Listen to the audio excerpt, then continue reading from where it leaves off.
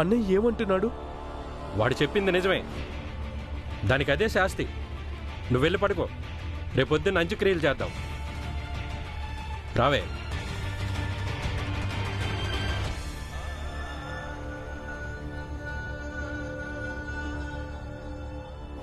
వదినా, నువ్వే నాకు దేవతవి. నేను జీవితాంతం నీకే దండం పెట్టుకుంటాను.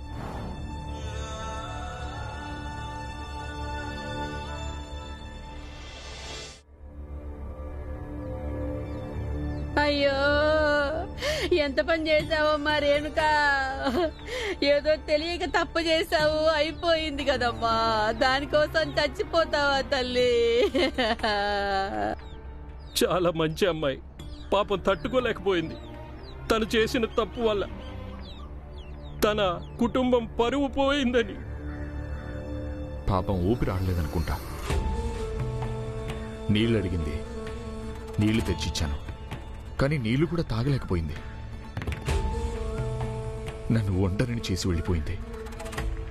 నన్ను ఎంతగానో ప్రేమించేది. ఎందుకు వెళ్ళిపోయావు?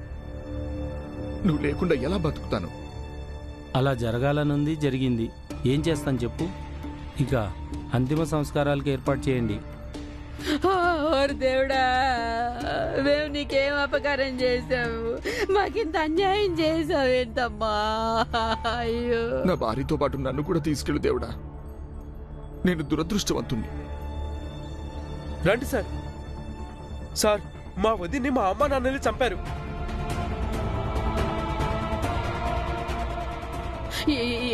ఏమంటున్నావురా భాస్కర్ నువ్వు? అసలు మేమెందుకు చంపుతావురా మా కోడల్ని? అది పోయినందుకు అందరికంటే ఎక్కువ బాధ మాకే ఉంది.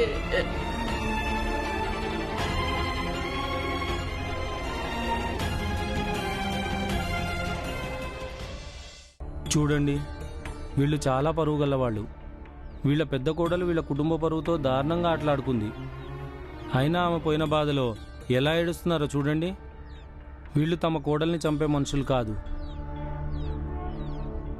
ఆ మాట నిజమే సారు. వీళ్ళు అసలు చీమను కూడా చంపలేరు, అట్లాంటిది వీళ్ళు కోడల్ని ఎలా చంపుకుంటారు? నాకు తెలిసి అత్తింటి మర్యాదను కాపాడలేని ఆడదానికి ఒకరింటి కోడలుగా బ్రతికే అవకాశం ఎంతమాత్రం లేదు. వీళ్ళ కోడలు ప్రాణాలు తీసుకొని తన తప్పుకు ప్రాయశ్చిత్తం చేసుకుంది. ఇక ప్రాయశ్చిత్తానికి విచారణ ఏముంటుందండి? సార్, మీరు విచారణ చేయండి. వీళ్ళు ఇలాగే అంటారు, కానీ మా వదిన్ని చంపిన హంతకులు ఎవరో తెలియాలి సార్. వాళ్ళకి శిక్ష పడాలి. అవునండి, హంతకుడిని పట్టుకొని శిక్ష వేయించండి సార్. అది కాక నిన్న రాత్రి మా ఇంట్లో జాగారం జరిగింది. వీళ్ళందరూ కూడా మా ఇంట్లోనే జాగారం చేస్తున్నారు. నువ్వు అబద్ధం ఎందుకు చెప్తున్నావు? మేమందరం అబద్ధాలే చెప్తున్నాం. మీ అమ్మా నాన్న అబద్ధం చెప్తున్నారు, మీ అన్నయ్య అబద్ధం చెప్తున్నారు, నువ్వు ఒక్కడవే నిజం చెప్తున్నావు. నువ్వేం కొడుకువి? నీ ముసలి తల్లిదండ్రుల మీద నేరం మోపడానికి సిగ్గనిపించట్లేదా నీకు? ఇప్పుడు విచారణ చేయడానికి ఇంకా ఏం మిగిలింది? నువ్వు మీ అమ్మా నాన్న మీద ఏదైతే ఆరోపణ చేసావో అది వీళ్ళందరి మాటల వల్ల నిరాధారమైందని రుజువు అవుతుంది. ఈ దుఃఖాన్ని భరించడానికి భగవంతుడు మీ అందరికి శక్తినివ్వాలి. ఈ దుర్ఘటన గురించి ఎంక్వైరీ చేయడం నా డ్యూటీ. కానీ ఇక్కడున్న ప్రత్యక్ష సాక్షులు చెప్తున్నారు మీరు వాళ్ళతో పాటే ఉన్నారని. నేను వెళ్తున్నాను. మీరు ఇంక అంతిమ సంస్కారానికి ఏర్పాట్లు చేసుకోండి. Sir sir sir sir sir, నా మాట వినండి. నా వదిన ఆత్మహత్య చేసుకోలేదు, ఆమెని హత్య చేశారు. మీరు విచారణ చేయండి సార్, అప్పుడు మీకు మొత్తం నిజం తెలుస్తుంది. సార్ సార్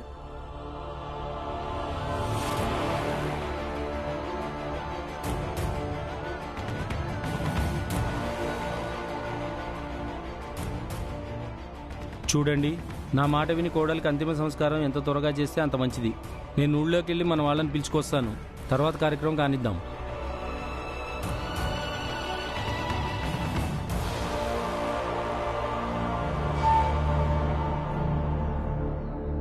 భాస్కర్, మీ వదిన రేణుకని మేమే చంపాం. ఏం చేస్తావో చేసుకో.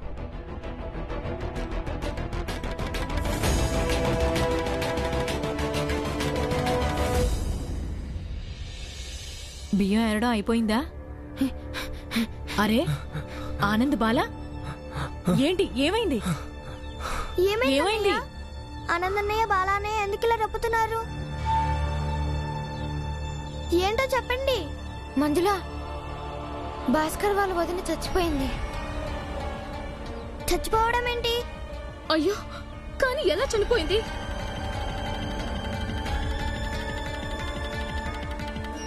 ఏంటి మీరు చెప్పేది?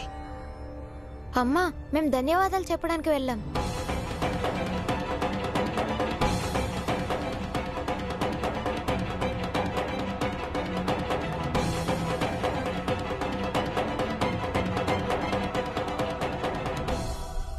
ఏమో తెలీదు.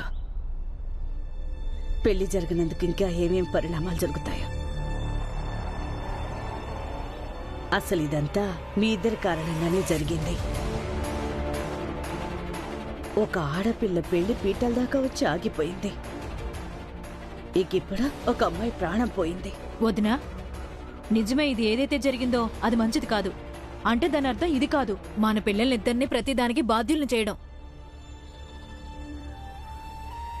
ఆమె చచ్చిపోవడానికి ఈ పెళ్లి చెడిపోవడానికి అసలు సంబంధం ఏముంది? నాకు తెలిసిందల్లా ఒకటే అత్త, మంజుల ఇంటికి వెళ్ళలేదు చాలు. ఎవరికి తెలుసు, రేపు మా చెల్లెల్ని కూడా ఇలాగే చంపేవారేమో. నిజానికి ఆ అమ్మాయి చావుకి మనందరం బాధ్యులమే అవుతాం. ఎంత మాత్రం కాదు.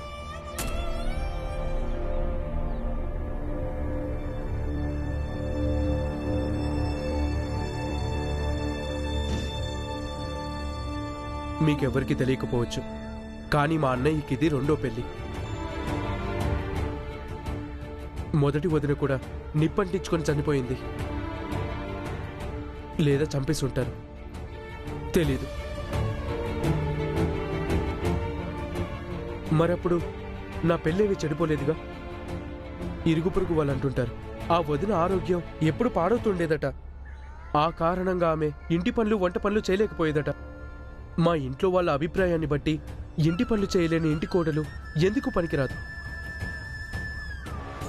ఇక తర్వాత ఒకరోజు ఆమె వంట చేస్తున్నప్పుడు కాలిపోయిందట.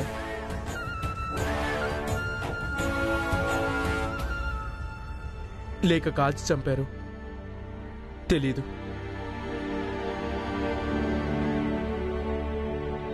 అందుకని మీరు ఏమాత్రం మిమ్మల్ని మీరు దోషులుగా అనుకోవద్దు. అందరికీ వాళ్ళ వాళ్ళ అదృష్టం అనేది ఉంటుంది.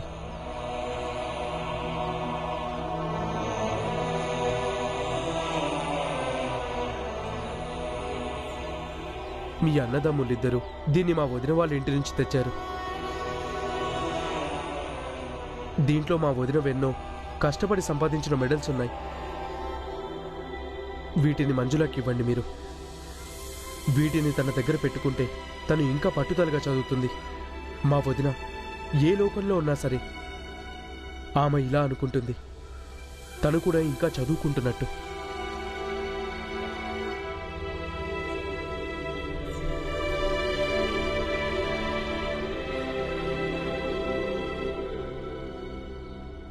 చూడు, గమ్మత్తైన అదృష్టం వీళ్ళ ఇంట్లో అందరిది. ఇప్పుడు ఎవరితో సంబంధం కలుపుకున్నా ఎవరో ఒకరికి చావు ఖాయమైపోతుంది.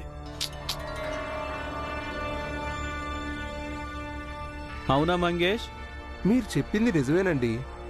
ఆ భీమురావు ఆ ఆడదాన్ని తెచ్చి ఇంట్లో పెట్టుకున్నాడు, అదేమో చచ్చింది. ఇప్పుడు ఇది కూడా చచ్చింది. మీరు కూడా మా ఇంటికి దూరంగా ఉండండి. ఎవరికి తెలుసు, ఒకవేళ మా కుటుంబాన్ని ఎగతాళి చేస్తూ చేస్తూ మీరు కూడా చచ్చిపోతారేమో. సెట్ గారు, వాడు ఏమంటున్నాడో చూసారా? నిన్ను మేం కాదు, నువ్వు చస్తావు. నీ కుటుంబం చస్తుంది. ముందు భీమరావు పారిపోయాడు, వాడు వెనకాల మీ నాన్న పారిపోయాడు. మీరే చెప్పారుగా సాయంత్రానికల్లా ఇంటికి వస్తాడని. మరి వాళ్ళు వచ్చారా? లేదు కదా. మీ అందరూ పరమదరిద్రుడు. కూతురు పెళ్లికి తండ్రి పారిపోయాడు. ఆహా, పైగా ఈ పిల్ల పెళ్లి కూడా ఆగిపోయింది.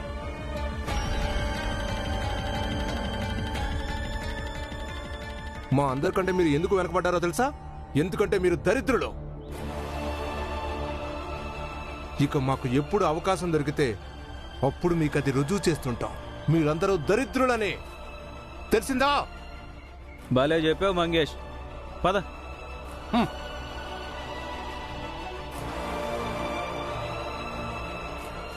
బాలా,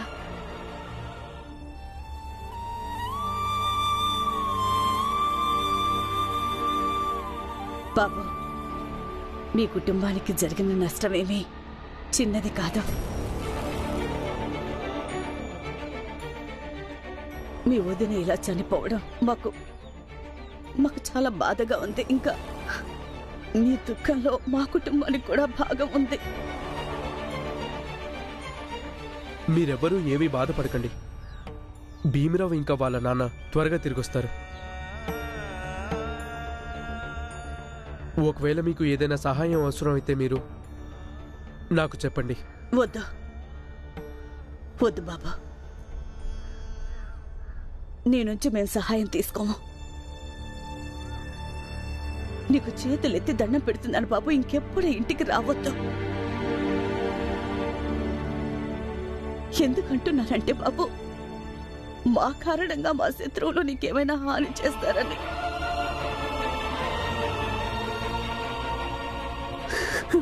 చాలా, ఇక మా నాన్న మమ్మల్ని వదిలేయండి బాబు.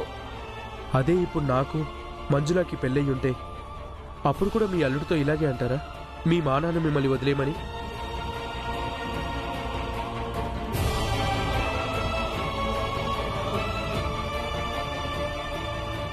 పెళ్లి జరగలేదు కదా? జరగలేదు, కానీ మీ అందరికీ ఇష్టమైతే తప్పకుండా జరుగుతుంది.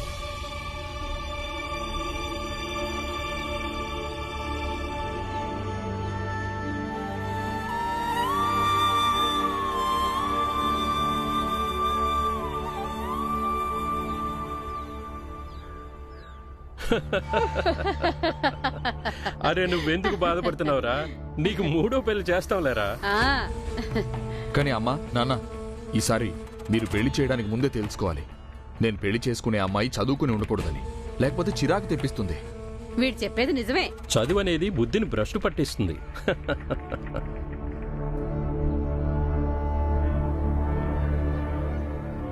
ఈ ఇంట్లోకి ఇంకా ఏ పెళ్లి కూతురు రాదు.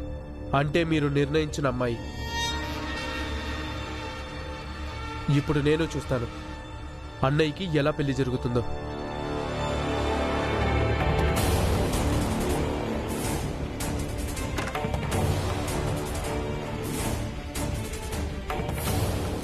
తండ్రి సంపాదనతో పెరుగుతున్నావు, తిరిగి తండ్రినే అంటున్నావా? తండ్రి నీడ నుంచి బయటికి వెళ్తే ఆకలితో మాడి చేస్తావు.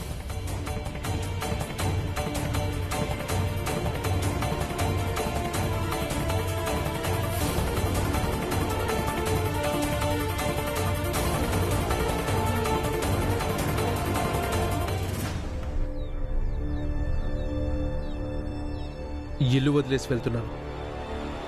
నీ నీడలో ఉండలేను. నీ సంపాదనతో బ్రతకలేను నేను. నేను ఈ ఇంట్లో ఉండకపోవచ్చు, అయినా కూడా అన్నయ్యకి మాత్రం పెళ్ళవని మనం. భాస్కర్, నీకేమైనా పిచ్చి పట్టిందారా? నువ్వు కూడా మా కొడుకువేగా.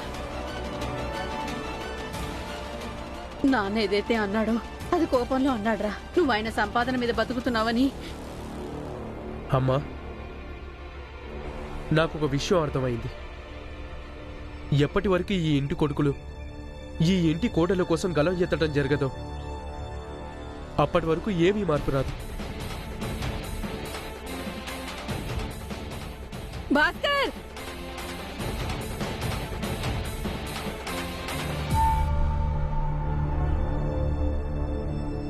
సేట్ గారు, ఇదే సరైన అవకాశం.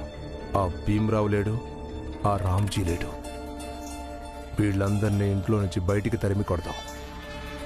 ఊరికి పట్టిన దరిద్రం వదులుతుంది, మన గ్రామం శుద్ధైపోతుంది. మంచి ఆలోచన మంగేష్. కళంకాన్ని చెరిపేయాల్సిందే. పదైతే ఊళ్ళో వాళ్ళందరినీ ఏకం చేద్దాం.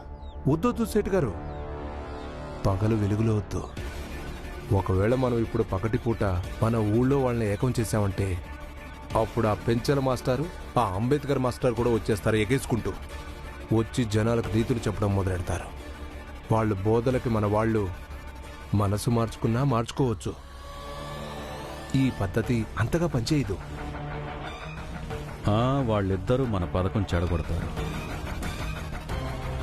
కానీ మరి ఏం చేద్దామంటావు? సేటు గారు, డబ్బు ఖర్చు పెట్టండి. కొందరు రౌడీ ముఖాలకి ముసుగులు వేయించి ఇక్కడికి తీసుకురండి. వాళ్ళు రాత్రి చీకటిలో చెత్త అంతా శుభ్రం చేసేస్తారు. మూడో కంటికి తెలియకుండా పని అయిపోతుంది. గుంపును పోగు చేయడం వల్ల పని అవ్వదు సేటు గారు.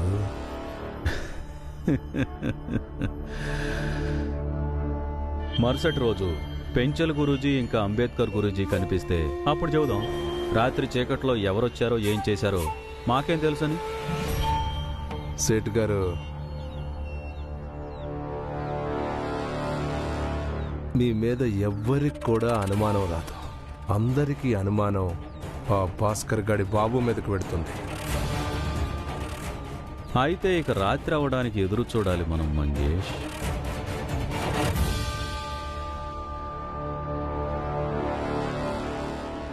సామాన్లన్నీ పగలగొట్టేయండి, మొత్తం పగలగొట్టేయండి. ఏయ్!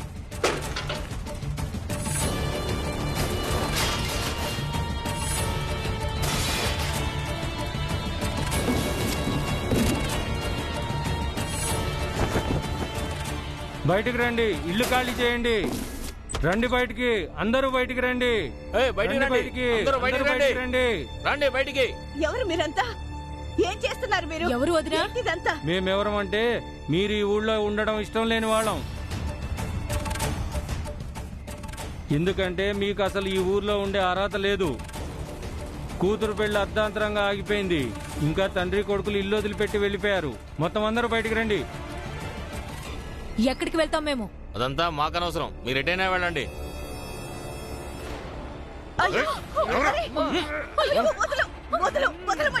అమ్మా, మీ పిల్లలు ప్రాణాలతో ఉండాలంటే మీరందరూ ఈ ఊరు వదిలిపెట్టి వెళ్ళిపోవాలి. ఆగు. ఏయ్. ఏయ్. మీరు ఎలా చెప్తే అలా చేస్తాం మేము. బల ఆగు, ఇక వదలండి, నా బిడ్డను వదిలిపెట్టండి. త్వరగా కానివ్వండి. వెళ్తున్నాం, ఆగండి.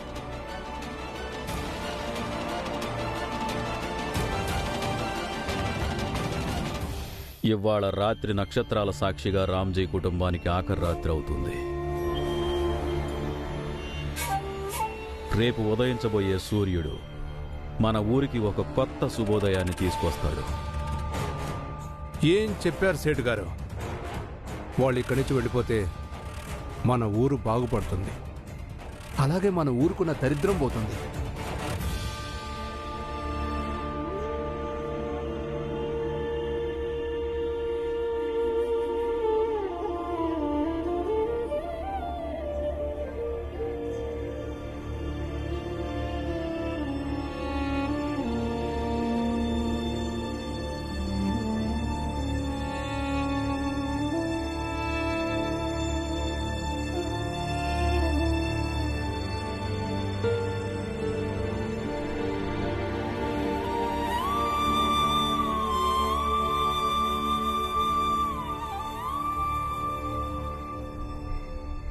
ఇక్కడి నుంచి తిన్నగా స్టేషన్కి వెళ్ళిపోండి. అక్కడి నుంచి ఏదో ఒక రైలు బండి ఎక్కి ఎటైనా దూరంగా వెళ్ళిపోండి. చూడు, మళ్ళీ ఈ ఊరు తిరిగి వచ్చే దుస్సాహసం ఎంత మాత్రం చేయొద్దు. మీ ఏడుపు మొహాలు చూసి మా మనసులేమి కరిగిపోవు. మీకు ఈ ఊర్లో సహాయం చేసేవాడు ఎవ్వడూ లేడు. ఈ ఊరి మొత్తంలో ఏ ఒక్కడు కూడా మీకు అండగా నిలబడే సాహసం చెయ్యడు. ఎందుకంటే మీ బతుకులు అంతే. కూతురికి పెళ్లి కుదిరిందో లేదో, కొడుకు పూర్తిగా చెలరేగిపోయాడు. మొగుడేమో మొగుడేమో ఇల్లు వదిలి పారిపోయాడు. ఇంకా ఈ ఊర్లో మీకెవరూ సాయం చేయరు. నీ మొగుడు కూడా తిరిగి వస్తాడని నాకు అనిపించడం లేదు. వెళ్ళండి ఇక్కడి నుంచి. ఆగండి.